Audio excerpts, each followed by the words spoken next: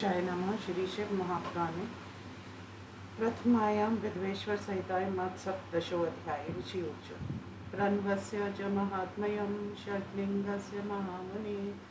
शिवभक्तस्य पूजां च क्रमशो ब्रूहिणा प्रभो सुतुवाच तपोधनैर्भवद्दीक्ष समयक्ष प्रशनस्त्वयं कृत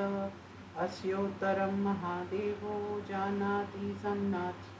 न चापरा तथापि वक्ष्यतमहं शिवस्य कृत्यैव हि शिवोऽस्माकं च युष्माकं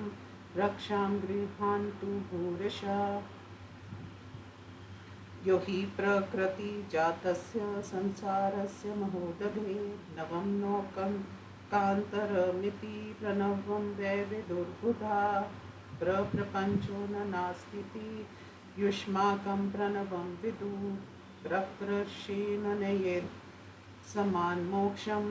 प्रणवं विदु स्वमन्त्रजापकानां च पूजकानां च योगिनां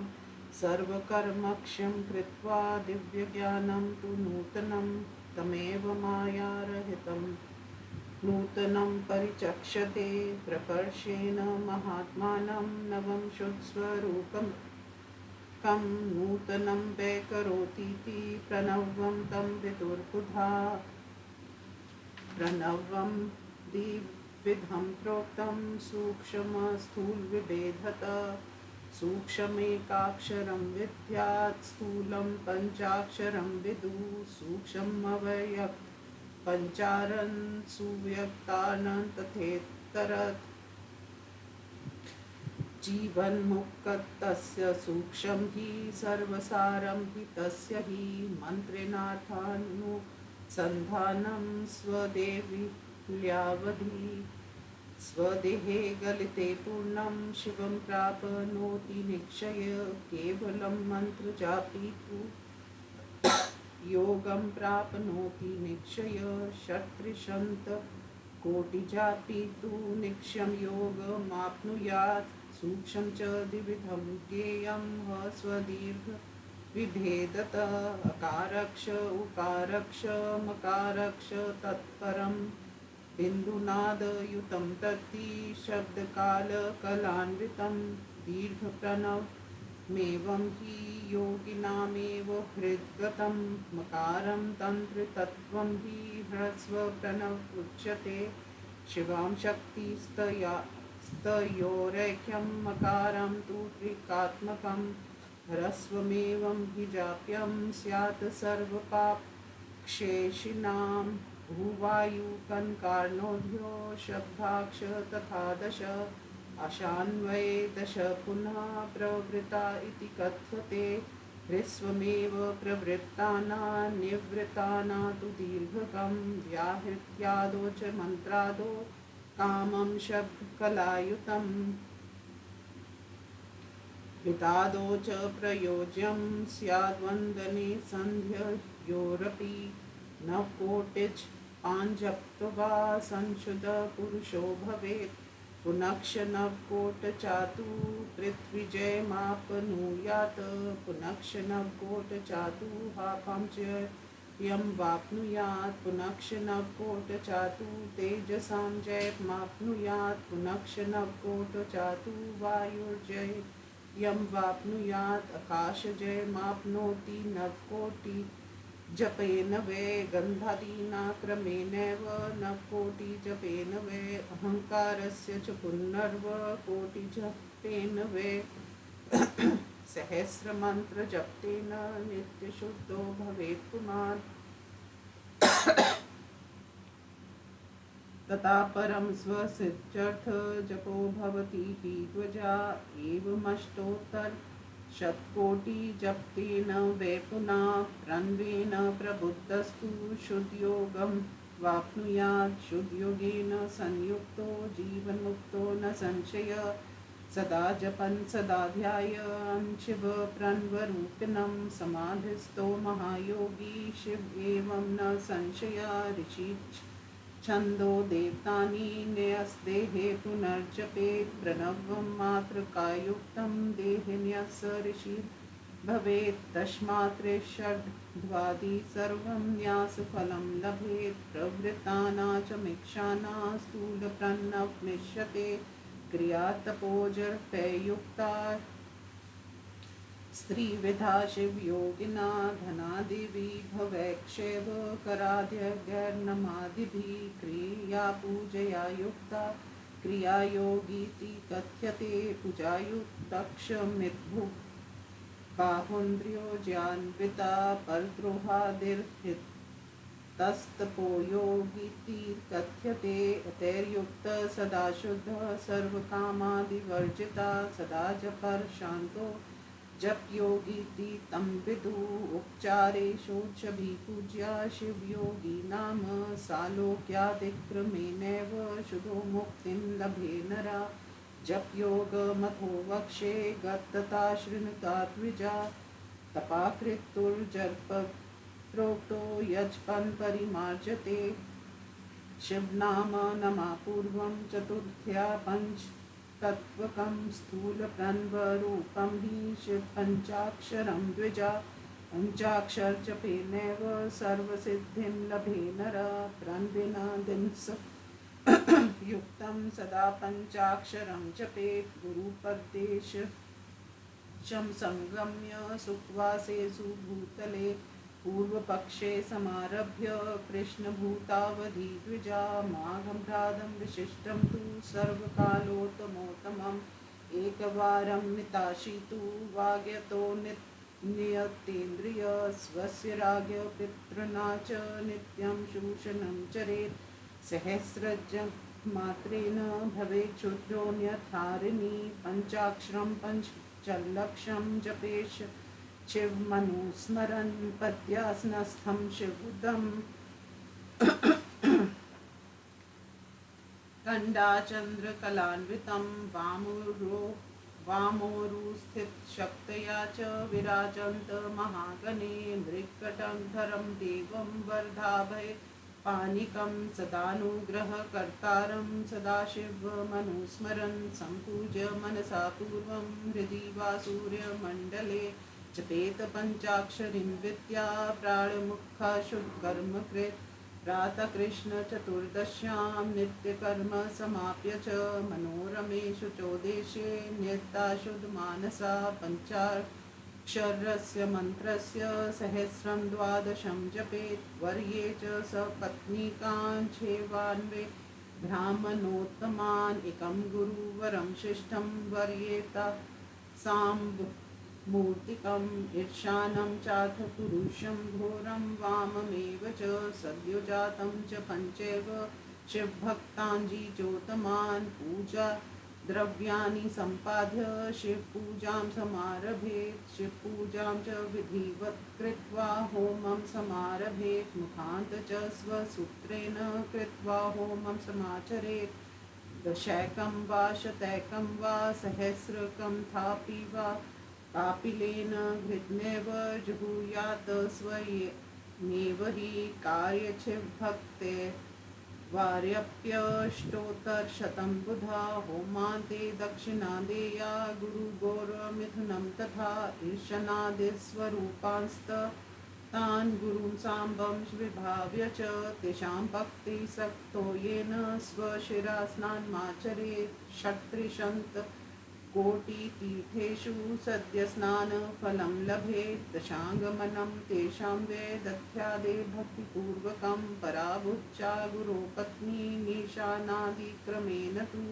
परमानेन सम्पूज्य यथा विभवविस्त्वरम् रुद्राक्षवस्त्रपूर्वं च वट्कापूपैक्वकैर्ययुरतं बलिदानं तथा कृत्वा भूरि भोजनमाचरेत् तथा सम्प्रार्थय देवेशं जपं तावत् समापयेत् गुरुक्षरन्मेवं तु कृत्वा मन्त्री भवे नरा पुनक्ष पञ्चलक्षेण सर्वपापक्ष भवेत् अत्लादि समारभ्य सत्यलोकावधिक्रमात् पञ्चलक्ष जपातत्तल्लोके शर्वयं वाप्नुयात् मध्यमृक्ष दोगान्ते भूमुतज्जापको भवेत् पुनक्ष पञ्चलक्षेण ब्रह्म समीप्य माप्नुयात् पुनक्ष पञ्चलक्षेण सारूप्यैश्वर्यमाप्नुयात् आहत्य शतलेक्षन् साक्षाद् ब्रह्मा समो भवेत् कार्यब्रह्मान् एवं हि सायुज्यं प्रतिपद्यते यथेष्टं भोगमाप्नोति तद्ब्रह्मा प्रलयावधि पुनः कल्पान्तरे वृत्ते ब्रह्मपुत्र स जायते पुनस्तपसा दीपं क्रमान् मुक्तो भविष्यति पृथ्वादि कार्यभूतेभ्यो लोका वै निर्मता क्रमात् पातालादि च सत्यान्त ब्रह्मलोकाः चतुर्दशा सत्यदूर्ध्वक्षमान्तं वै विष्णुलोकाः चतुर्दशा क्षमालोके कार्यविष्णुर्वकुण्ठे वरपत्तने कार्यलक्ष्म्या महाभोगे रक्षा कृत्वा तिष्ठति तदूर्वकाक्ष शुच्यन्ता लोकाष्टाविंशति स्थिता शुचो लोके तु कैलासे रुद्रो वै भूतहंसिता षडुत्तराक्ष पञ्चाशत् हिंसान्तस्तदूर्वगा अहिंसा लोकमास्थाय ज्ञान कैलास के पुरे कार्यक्षर स्थिरो भावं सर्वान् कृत्वाधितिष्ठति तदन्ते कालचक्रं हि कालातीतस्ततः परं शिवेनाधिष्ठितस्तत्र कालचक्रे रावेः माहिषं धर्मास्थाय सर्वान् कालेन युञ्जति असत्यसाक्षुश्चैव हिंसा चैवाथ निर्घ्ना असत्यादिचतुष्पाद सर्वाशं कामुरुद्रिका नास्ति कल्य क्षमितु संगो वेद ब्रह्माध्वनि सदा क्रोधसंग कृशन वर्णो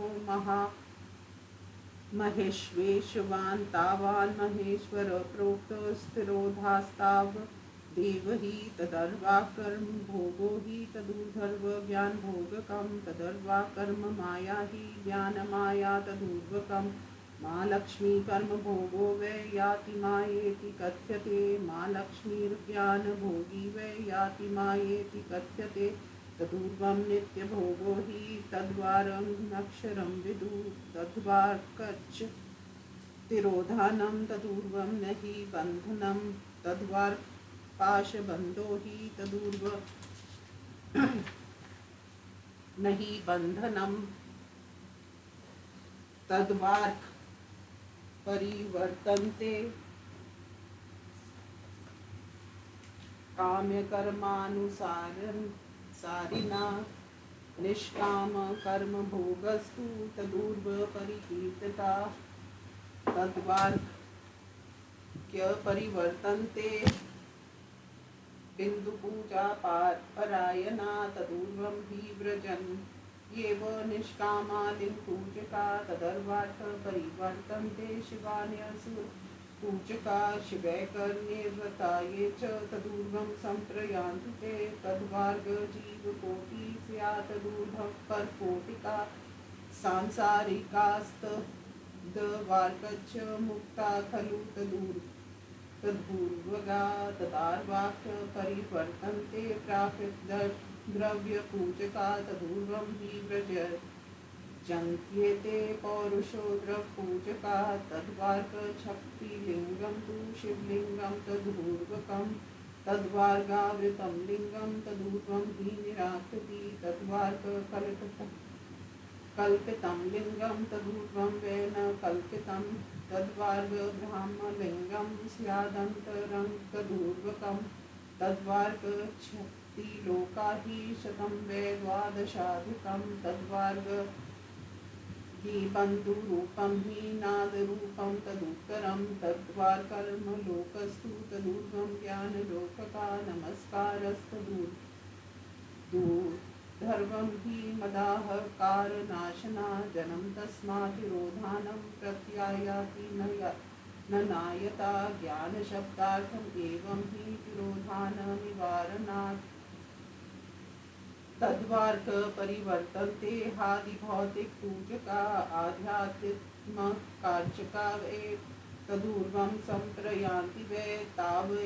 तावदेवेदि भागं तन्महालोकत्मलिङ्गके प्रकृत्याधष्टबन्धोऽपि वेद्यते सम्प्रतिष्ठता एवमेतादृशं ज्ञेयं सर्वलौकिकवैदिकम् अधर्ममहिषारूढं कालचक्रं तरन्ति ते सत्याधि धर्मयुक्ता ये शिवपूजा पराक्षये तदूर्वं वृषभो धर्मो ब्रह्मचर्यस्वरूपप्रधक् सत्याति दीपादयुक्तस्तु शिवलोकाग्रत स्थिताश्रमाशृङ्ग संश्रोता वेदधग्नि विभूषिता आसतिक्यचक्षुर्निक्षास गुरुबुद्धिमनावृषा क्रियादिवृष्टयाज्ञेया कारणादिषु सर्वदा तं क्रिया विषभं धर्म कालातीतोऽधितिष्ठति ब्रह्म विष्णु महेशाना स्वयस्वायुर्दिन मुच्यते तदूर्वं न दिनं रात्रिर्नं जन्म मरणादिकं पुनाकारं सत्यान्ताकारं ब्रह्माणस्तथा गन्धादिभ्यस्तु भेतभ्यस्तु धर्वनिर्मिता सदा सूक्ष्मगन्धस्वरूपा हि स्थिता लोका चतुर्दशा पुनाकारं विष्णोर्वर्व स्थिता लोका चतुर्दश पुनाकारं रुद्रस्य लोकाष्टा विंशकामता पुनक्षकारणेशस्य षट्पञ्चाशत्तूर्वगा तथा परं ब्रह्माचर्यलोकाख्यं शिवसम्मतं तत्रैव ज्ञानकैलासे पञ्चावरं संयुते पञ्चमण्डलसंयुक्तं पञ्चब्रह्माकलान्वितम् आदिशक्तिसमायुक्तमार्धीलिं तु तत्र वै शिवालयमिदं प्रोक्तं शिवस्य परमात्मनः परशक्त्या समायुक्तस्तत्रैव परमेश्वरा सृष्टिस्थित्यक्षसंहार स्थिरोभावोऽप्यनुग्रह पञ्चकृत्य प्रवीणोऽसौ सचिदानन्द विग्रह ध्यानधर्म सदा यस्य सदानुग्रह तत्परा समाध्या सन्मासीन स्वात्मारामो विराजते तस्य सन्दर्शनं साध्यं कर्म ध्यानादिभिः क्रमात् नित्यादिकर्म यज्ञाच्छिव कर्ममतिर्भवेत् क्रियादिशिव कर्मभय शिवज्ञानं प्रसादयेत् तदर्शनगता सर्वे मुक्ता एव न संशय मुक्तिदातं स्वरूपेण स्वात्मारामत्ममेव हि क्रियातपोजकज्ञानध्यानधर्मेषु सुस्थिता शिवस्य दर्शनं लब्ध्वा स्वात्मारामत्वमेव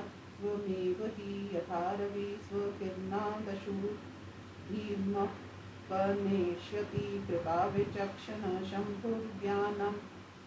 पनेष्यति अज्ञानविनिर्वतो तु शिवज्ञानं प्रवर्तते शिवज्ञानात् स्वस्वरूपमात्मारात्मत्वमेष्यति आत्मारात्मत्वसंसिद्धो कृत्कृत्यो भवे नरः पुनक्षशतलक्षेण ब्राह्मणं पद्माप्नुयात् पुनक्षशतलक्षेण विष्णु पद्माप्नुयात् पुनक्षशतलक्षेण रुद्रस्य पद्माप्नुयात् पुनक्षशतलेषु ऐश्वर्य पद्माप्नुयात् पुनक्षैवं विधिनेव जपेन सुमाहिता शिवलोकाभिभूतं हि कालचक्रं वाप्नुयात् कालचक्रं पञ्चचक्रं मे कैकेन क्रमोत्तरे सृष्टिमोहो ब्रह्माचक्रं भोगमोहो तु वैष्णवं गोपमोहो रौद्रचक्रं भ्रमणं चैक्षरं विदुः शिवचक्रं ज्ञानमोहोत्पञ्चक्रं विदुर्बुधा पुनक्षदशकोटचारी कारं ब्रह्म तद्दम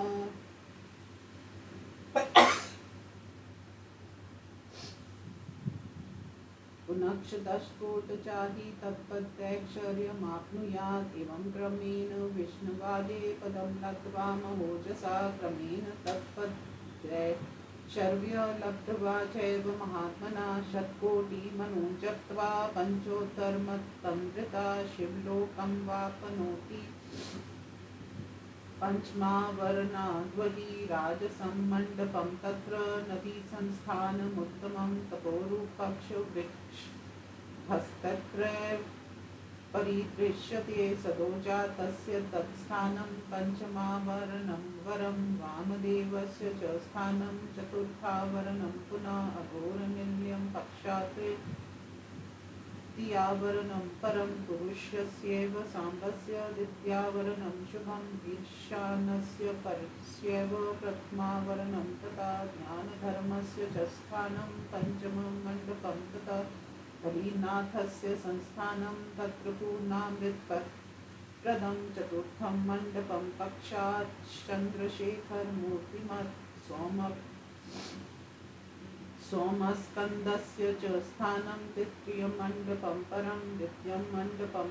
मण्डपं प्राहुरास्तिका प्रथममूलमायाया स्थानं तत्र शोभनं तथा परं गर्भगृहं लिङ्गस्थानं परं शुभं नन्दिस्थानतः पक्षान् विदुषीर्वैभवं नन्दीश्वरो बहिस्तिष्ठन् पञ्चाक्षरमुपासते एवं गुरुक्रमालब्धम् नन्दिशा च मया पुनः तथा परं स्वद्वेदं शिवे नैवानुभावितं शिवस्य कृत्या साक्षात् शिवलोकस्य वैभवं विज्ञातुं शक्यते सर्वे नार्ययेथा या पुरास्तिका एवं क्रमेण मुक्ता सयुब्रह्मा वैजतेन्द्रिया अन्येषां च कर्म वक्षे गता शृणुतादरात् गुरुपदेश जाप्यं वै ब्राह्मणानामोक्तकम् पञ्चाक्षरं पञ्चलक्षमायुष्यं प्रजपेदिति संस्कृत्वापन्यनार्थं तु पञ्चलक्षं जपेत् पुनः मन्त्रेण पुरुषो भूत्वा क्रमाणो मुक्तो भवेत् बुधा क्षत्रिये पञ्चलक्षेण क्षत्रत्वपनेष्यति पुनश्च पञ्चलक्षेण क्षत्रियो ब्राह्मणो भवेत् मन्त्रसिद्धिर्जपा चैव क्रमान्मुक्तो भवे नरा वैश्यस्तु पञ्चलक्षेण वैश्यत्वपनेष्यति पुनश्च पञ्चलक्षेण मन्त्रक्षत्रिये उच्यते पुनश्च पञ्चलक्षेण शतपनेष्यति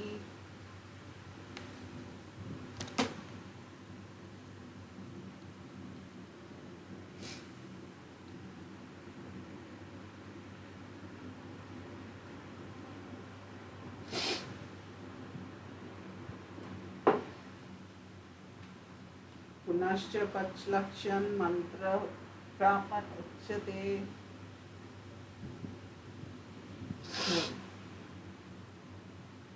शूद्रश्रैवनमोन्तेन पञ्चविंशतिलक्षत मन्त्रविप्रत्वमापद्य पंशाच क्षुदो भवेत् द्विज नारी वाथ नरो वाथ ब्राह्मणो वान्य एव वा नमोऽनन्त वा नमा पूर्वमातुरा सर्वदा जपेत् तत्र स्त्रीणा तथैवोहा गुरुर्निर्दश्येत् क्रमात् साधका पञ्चलक्षान्ते शिवप्रीत्यर्थमेव हि महाभिषेक नैवेद्यं कृत्वा भक्तांश पूजया शिवभक्तस्य शिवा प्रीततरो भवेत् शिवस्य शिवभक्तस्य भेदो नास्ति शिवो हि सा शिवस्वरूप मन्त्रस्य धारणा शिवदेव हि शिवभक्तशरीरे हि शिवतत्परमो भवेत् शिवभक्त्या क्रिया सर्वा वेद सर्वक्रियां विदुः यावद्यावच्छिवं मन्त्रं ये जपं वेत्रमात् तावदेशिव सान्निध्यं तस्मिन् तीर्थं साक्षया देवी लिंग भवेत् रूपं शिवभक्त स्त्रियास्तथा यावन मंत्र जपे देव्यास्तावत् सान्निध्यमस्ति हि शिवं सम्पूजयति मानस्व्यं वै शब्दरूपभासः स्वयं चैव शिवो भूत्वा परां शक्ति प्रपूजयेत् शक्तिं वैरं च लिङ्गं च हालेख्यमायया यजेत् शिवलिङ्गं शिवं मत्वा स्वात्मानं शक्तिरूपकं शक्तिलिङ्गं च देवीं च मत्वा स्वं शिवरूपकम् शिवलिङ्गं नादरूपं बिन्दुरूपं च शक्तिकम् उप्रधानभावेन अन्योन्यासक्तलिङ्गकम् पूजये च शिवं शक्तिं स शिवो मूलभावनात् शिवभक्तान् शिवमन्त्ररूपकान् शिवरूपकान् षोडरूपचारैक्ष पूज्यदिष्टमाप्नुयात् येन सूक्षन्नाध्यक्ष शिवभक्तस्य लिङ्गना आनन्दं जन्येत् प्रीताचिन्व प्रीततरो भवेत् शिवभक्तान् स पत्नीका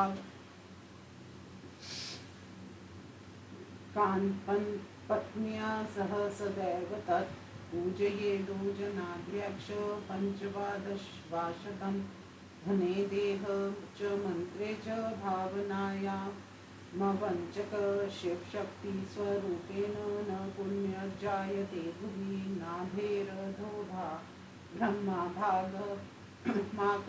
विष्णुभागकं मुखं लिङ्गमिति प्रोक्तं शिवभक्तशरीरिकम् कृतान्वादाहदिर्हितान्मृतान् उद्दिश्य पूजेदाद्युत्तरं शिवमेव पूजां कृत्वादिमातुक्ष शिवभक्तांश पूजये कृतलोकं समासाद्यं क्रमान्मुक्तो भवेन्द्रत क्रियायुक्त दशभक्ष तप्योक्तो विशेष्यते तपो युक्त शतेभ्यक्ष जपुयुक्तो विशेष्यते जपयुक्त सहस्रेभ्य शिवज्ञानी विशेष्यते शिवज्ञानी षुलक्षेषु ध्यानयुक्तो विशेष्यते ध्यानयुक्तेषु कोटिभ्य समाधिस्यो विशेष्यते उत्तरोत्तरवैशिष्ट्यात् पूजयामुत्तरोत्तरं फलं वैशिष्ट्य च रूपं च दुर्विज्ञेयं मनीषिभिः तस्माद् शिवभक्तस्य महात्म्यं वेति को नरः शिवशक्त्योः पूजनं च शिवभक्तस्य पूजनं कुरुते यो नरो भक्त्या स शिवः शिवमेधते य इमं पठते ध्यायमर्थवदेद सम्मतं शिवज्ञानी वित्र शिवेन स मोदते श्रावे शिव भक्ताक्षं विशेषज्ञो मनीश्वरा शिवप्रसाद सिद्धि स्यात् शिवस्य कृपा बुधा इति श्री शिव महापुराणे प्रथमायां विद्वेश्वर सहितायां प्रणव पंचाक्षर मंत्र महात्म्य वर्णन नाम सप्तदशोऽध्यायः।